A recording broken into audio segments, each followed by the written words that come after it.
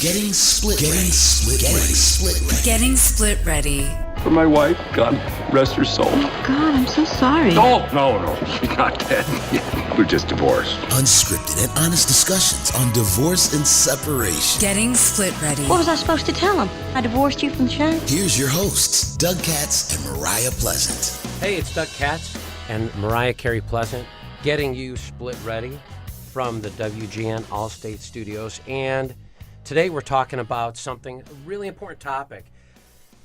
A lot of violence happens out there, and unfortunately a lot of it happens in conjunction with divorce. And statistics show that many times it's someone you know. It could be a spouse. And as much as we don't like to talk about it, there are situations where entering into a separation or divorce, you could be in peril. And we have a great guest in the studio today, Tony Randall, not the Tony Randall you're thinking of, long dear friend of mine and friend of the show. And Tony's a retired Chicago policeman. He's a head of executive security or executive security expert. Executive security, yep. Executive security expert for a top Fortune 25 company. So really knows what he's talking about keeping yourself safe. So thanks for being on the show. Mariah, do you have an initial question for him? I do. So we're going to talk about personal safety today. What is your number one piece of advice and your go-to for people going through a domestic situation, whether it's a divorce, a separation? What's your number one piece of advice? Well, first of all, thank you both for inviting me to come talk with you guys today. It's the first time for me. So I would think my first piece of advice would be to make sure that you are engaging family, friends, your network of people that can help you, because going through a situation like this, it's not easy for anyone, and I think you're really going to need people to help and to be honest with them on what's going on in your personal life, if there's any type of abuse, even physical, verbal abuse. Let your friends know. Create a network. That would be I would say one of the first steps to do, and having a network there to help you out. Real quick question with that. Yep. Ultimately, them knowing about that, but is there any specific planning they can do where somebody knows if something's up, I guess, or if they're in danger? Well, I think you're going to want to have somebody you can call, and they have a little bit of a background knowing what's going on, whether it be your family or friends, and you call and say, hey, it's getting really bad. I need somewhere to go right now. I need to get out of here right now. I need help. So I think that would be the first step that I would take, is making sure that I have somebody that I can count on if things do go bad. So quick call, safe place. Yes. What about things like the kids, right? If you're in that kind of situation, the kids can kind of get rolled up into that, and you hear these horrific stories. I mean, this is something Absolutely. That's a difficult thing to talk about, but it's something that Mariah and I felt was so important. What about that part of it? The kids they're at school some of the time, and they're outside of your purview. What do you do? I think letting your kids know that there is something going on, keeping them not in the picture, I think is going to be a disservice to them. I think letting them know that there is an issue going on, that the parents are working on getting through this hard time together. And another thing is maybe a family friend or neighbor where the kids could go to. I would hate to see any kids getting wrapped up in a situation where, the parents are fighting and seeing what they're going through. But that's where I would really think where your family's going to come in to help you out with that. Well, and it's interesting because I think in working with a lot of mental health professionals, Mariah and I are both involved with the Collaborative Law Institute. We work with a lot of mental health professionals. The kids usually know. Right. It's kind of an interesting component. So I think their protection then becomes tantamount. Absolutely. I think that both parents are going to want to protect their kids, and hopefully both parents are going to see that we don't want our kids involved in this. But like you said, unfortunately, they do get wrapped up in this, and early on, getting social services involved, a shelter, law enforcement. I mean, that's worst case scenario when you get to that.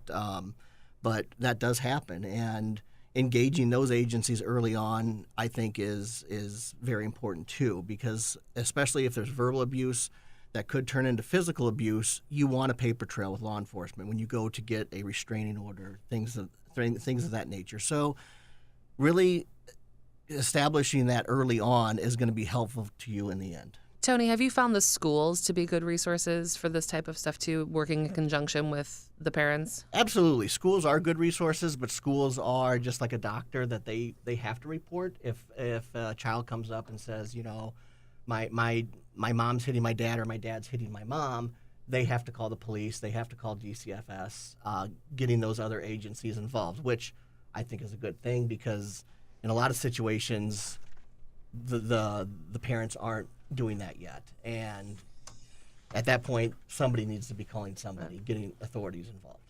And even if there isn't necessarily physical abuse, Right. A lot of times the emotional stuff going on in divorce can be just as bad. If they're working with attorneys and they're going through this process, the custody agreements, the temporary parenting agreements, the schools will go by those, correct? They're going to Absolutely. not let mom or dad violate what they've already They're going agreed to to. go with the judge orders. So if the judge orders that the kids are staying with dad, then if mom tries to come pick them up, they're not going to let mom pick them up. So and vice versa. So the schools, I mean, they have to follow that plan because they don't want to be liable for getting involved in that. And I think that goes back to your first sentence on communicating with the schools. I know that oftentimes people want to keep their divorce private. Absolutely. But if the school doesn't know that there is a temporary parenting agreement, they have no way to enforce it. Right. And you're absolutely right. Nobody wants to go and hang out their dirty laundry to their kids' schools. I totally understand that. But I think the school does need to know, at least the principal, the teacher, and just let them know what's going on in the home. And again, you're listening to Getting Split Ready with Douglas Katz and Mariah Carey Pleasant, and we have a great guest in the studio today with Tony Randall, security expert. And I want to move on to awareness. You know, we've talked a little bit about preparation and kind of thinking through having a plan. Sure. But when you're out there, you know, I'm ex-military, you're ex-law enforcement. Plans go to crap. Right. The minute the minute they're in place, you're working with deviating from that plan. Right. So what can people do when they're out and about? When are they most vulnerable, and what can they do when they're out and about to protect themselves if it's the worst? You talked about restraining orders and things like that. Sure. When they're out there, what can they do to protect themselves, and where are they most vulnerable? So, you know, I think everybody, and we're all guilty of doing this, is just having no situational awareness. When I was walking over here today, we have the St. Patrick's Day parade letting out, and people are in their phones, their earphones on, have no idea what's going on around them. And we're all guilty of it. I do it. I'm not saying you need to be running around with your head on a swivel all the time, looking out for a bad guy behind. You know that's how I walk around. Exactly. I'm that way all the time, right. man. Me too. But it's just being aware of your surroundings. It's you know, and I guess this goes back to my police officer days where I would get into a situation, even if it's just a normal call, I'm looking at, okay, if something goes bad, what am I going to do? So I already it takes me a half a second to say, okay, there's a tree there that I could hide behind. It takes me a half a second to figure that out. But then same thing with going into like stores, movie theaters, just the situational awareness. Okay, here's the exit here. You know, I know if something bad happens, there's the exit. You don't have to think about that when something bad does happen. Inside a mall, you know, where's my closest way out? And you know, I try to teach my kids this, and they think I'm crazy too. And I would tell them, you know, always make sure. Our kids probably compare notes about how crazy. Right. But the biggest thing is, I think just people not being aware of their surroundings, and you know, like if you were going through a bad time, and maybe a bad divorce, you know, not taking the same route home, you know, taking a different route when you're walking around, making sure somebody's not following you, and if you think somebody's following, take appropriate actions. Don't go home. Go to a police station. Go somewhere where there's people at. You know, if you go home, they're just going to follow you home. That would be the biggest thing. And I think as a society today that we are all lacking a little bit on just being aware of what's going on. Looking at my phone, somebody comes up, steals my phone. That's also looking at the phone problem, though, at least, right? Then Right. you don't have a phone to look at. Right. What about those panic apps? Are any of those any good where people can press a button and it alerts the authorities or lets somebody know? I think they are, and I think that's it's technology. It's pretty cool. Technology works when it works, but when it doesn't work, it's it's the first thing to go bad. But I think any tool is a good tool. Even going back old school with a whistle or just something the personal siren. I mean, that stuff. Anything to get attention. Makes sense. Are there any other technology? I know that there's always new apps and stuff that you would recommend for people to use. For example, I know that when my kids get home, they can check in on their app on their phone, so I know where they are at all times. Are there things like that that could be useful as well? There's so much technology out there. I do the same thing with looking on the map of where my kids are at, so I know when they're coming home. Also, it's good, the technology with the doorbells, security cameras. That stuff is great. I mean, you can get a cheap security camera system for your house that's wireless. It sends you notes onto your phone when somebody's there. I think that stuff, using that to your advantage, is a great tool. It's I guess it's Ring or the Blink, the home cameras.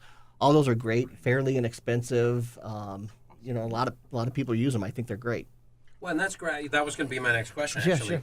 Is moving from out and about and vulnerabilities there to vulnerabilities in the home. Sure. And I think when people are securing their home Right. from a safety perspective, Right. it's an outside threat, a Right. burglar, things like that.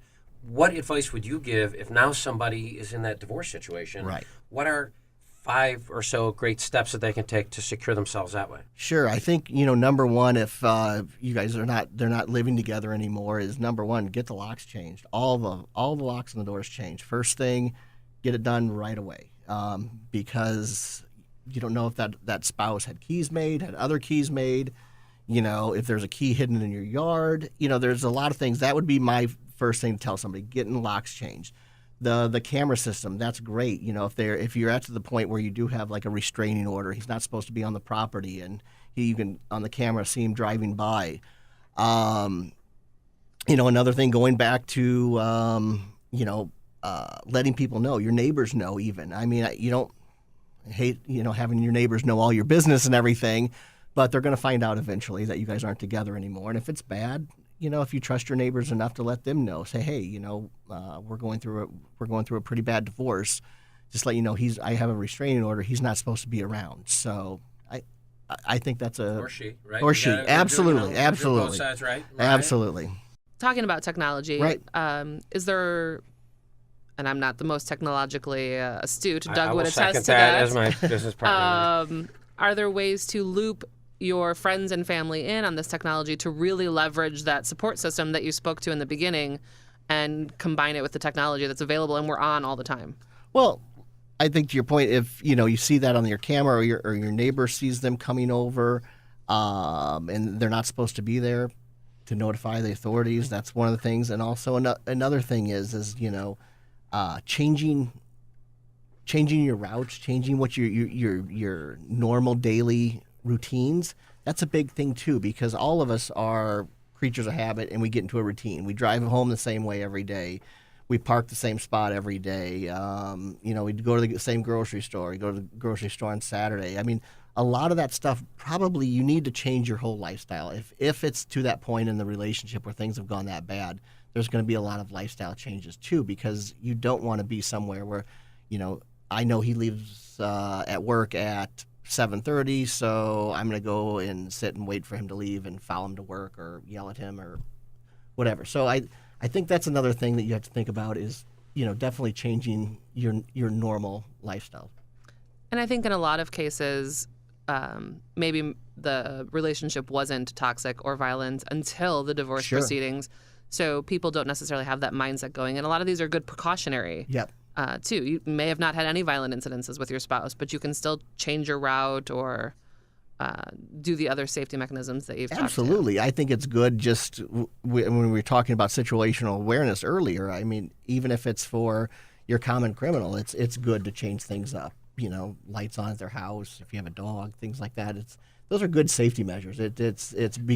You're becoming unpredictable, and I think criminals look for, if you're looking on the criminal side, criminals look for predictability and how easy you are, that you're not aware of what's going on.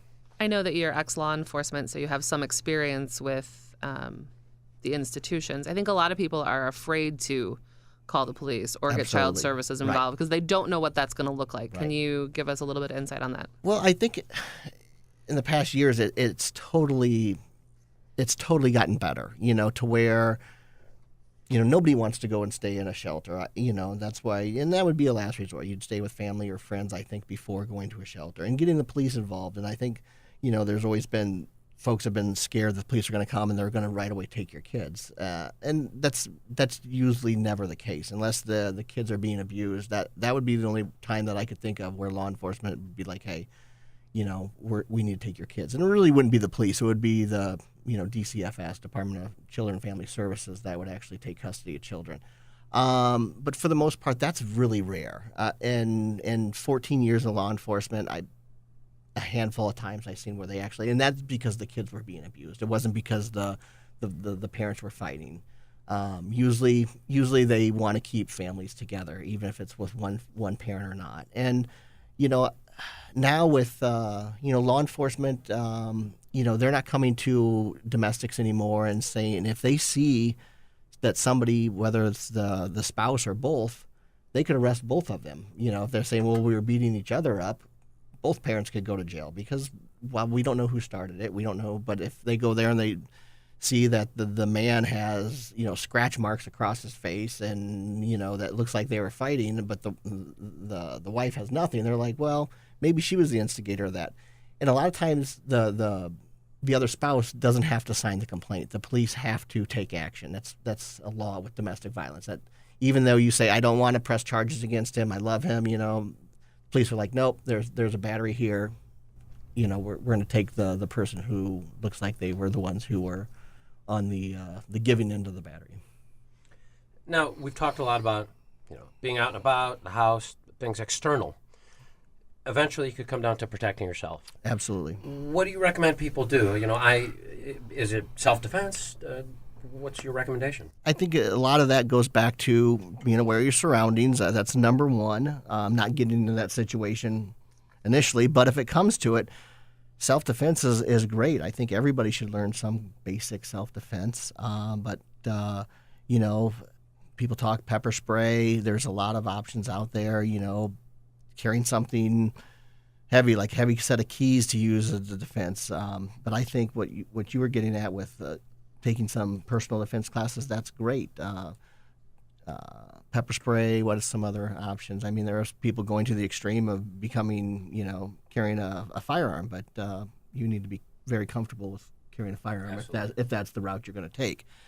Because, that's something that could be used against you and things. But A lot of safety issues. Absolutely. So I would recommend, pepper spray works great. That's one tool you could have, something that I would tell somebody. I actually used to carry some, and I sprayed myself by accident, and it does work. It does work, I right. had it in my backpack where Right, I worked, and I right. reached in there to grab my computer, and my brother never lets me lay it down. Right. And then I also have a taser, taser? kind of thing, Yeah. and and I shocked myself with that thing too. So So Field they testing work. with Doug Cats. those I are agree. not choices I should be using out there. Right.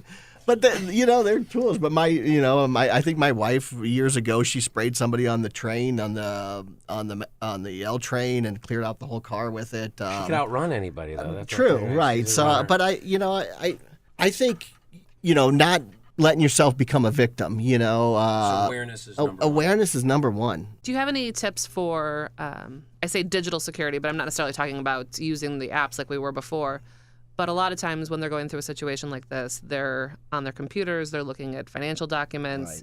and doing that. Do you have any tips in terms of keeping that stuff safe? Well, and not an expert at that, but I've heard the horror stories where one of the spouses goes and clears out the other whole bank account, and then the other person's there has nothing. On that, I would, on my big thing like on social media or something like that, I would definitely change my passwords. That if my spouse knew that, because I've seen where people have done some pretty dirty things to their spouses on social media when there's issues going on in the family. But I just think that would be the best thing, to go in to change those accounts. If you have a shared account, I don't know too much guidance on that, but I would look at maybe changing, if you think that your spouse may do something like that, maybe changing the password until get And I things- surprised you with that question. Yeah. So, to circle back really quickly, Sure. just 'cause I think this can't necessarily be stressed enough. Mm-hmm. A lot of times there's emotional leverage being played in divorce situations where one person says, I'm going to tell Right. the police that you abuse the kids. I'm going to tell the Right. police that you hit me. I'm going to tell the police that you are a drug addict or you sell drugs. Yeah. So what you're saying is when the police come, Right. they're not automatically going to take the kids away. I think that's just used so Right. much that it needs to be heard again. That And that does happen. I mean, it's we talk about a woman scorn, or a man scorn, but it would be a lot of times you'd go to these situations and the girl would be like, he has an illegal gun or he has illegal drugs, like totally just throwing stuff out there to get their spouse arrested, and that happens a lot. And but I think a lot of times where I think they would look at it to say, okay, well, he's abusing the kids. I think they would interview the kids, interview them. If they came in and said that, well, she comes in and I'm sitting on the couch and she comes in and hits me with things, I think they do a little bit of investigation. If there's no signs of that, I don't think they're going to, arrest somebody at that point just on what they're saying. There has to be a little bit more evidence, but the problem is if somebody does sign a complaint against somebody, the police aren't the complainant. The police are just there to arrest them, and it's going to be your word against them. That's unfortunately that's the case. You mentioned documentation early on, Yep. and I think it's keeping track of that. And one thing that stands out that you just said is that you had so many of those situations Right. that for the people going through the divorce, it's new. For a law enforcement officer, they're going to show up and they're going to have a good feeling. I know all the ex-police officers that I know are really good at reading people. Right. It's, I hate playing poker with them because they are really good at reading people. Right. So they can really understand that situation when they get there. And I think you're absolutely right. It's experience in that of seeing that happen all the time, where it's nothing new to come in and say, well, he's beating me. He just beat me up, and you look at somebody and there's no signs of them getting beat up, and you sound like, well, maybe they're just making that up to get the other person arrested, and that does happen. They want them out of the house, and they think the easiest way to get them out of the house is saying, he's hitting me, or he verbally assaulted me. He said he was going to kill me tonight. Right, So- and self-defense or protecting yourself in that situation might be not going to jail. Right. If you're on the receiving end of that, what advice would you give people to diffuse that situation? Right. I mean, my thing would get out of that situation. Go stay at. Hopefully, you have some family or friends you can go stay at. Financially, I don't think it would be great for people to go and spend a night at a hotel or something. But just getting out of that situation until you can talk to somebody, I mean, that may be the best thing. Even though you don't want to leave home, you don't want to leave all your stuff at home. Getting out completely. Just getting out until let the courts decide what's going to happen, because it can get ugly, and you don't want to be living with Well, somebody. and I think that's what Mariah talking about. Right. Things that aren't bad in years and months prior can escalate to a much worse situation. Absolutely. I guess one last question would be, it seems like there's an expert out there for every need that you have. Do you ever recommend somebody eliciting the help of a security expert, having a house surveyed, make sure that the lighting is right to protect themselves, or any of those type of needs? Is it good to get an expert? Absolutely. I mean, in my line of work, we do that for the people we look out for, and that's one of the things we do. We go do a site vulnerability of their house, seeing where are the security issues? Do they need cameras? Are their doors solid or windows secure? Is there, do they need to get rid of some of the greenery out because bad guys could hide in there and break into their house? So. But for something like this, I would say, there are folks out there that do that security assessments. A lot of them are, retired guys that do, private detectives, but on the side they do risk assessments, and it's great. I don't think something like that would be, I don't think it's very expensive to have somebody come in and just give a good, good look over at your house, look at where the vulnerabilities are at, what could be done. I think that's a great idea. Getting somebody outside help that has a little bit more security knowledge, getting a second look of eyes on the house. Well, thank you so much. Yeah. Again, this has been Getting Split Ready with Douglas Katz and Mariah Carey Pleasant. And I want to really thank our guest, Tony Randall, coming and giving some great information on how to keep yourself safe when going through a separation or a divorce. Thank you so very much. Thank you. I appreciate it. Thanks, Tony. And if you are thinking about divorce, please visit splitready.com and take our free assessment. You can come through your divorce with your finances, your integrity, and your sanity intact. Be informed, ask questions, and be split ready.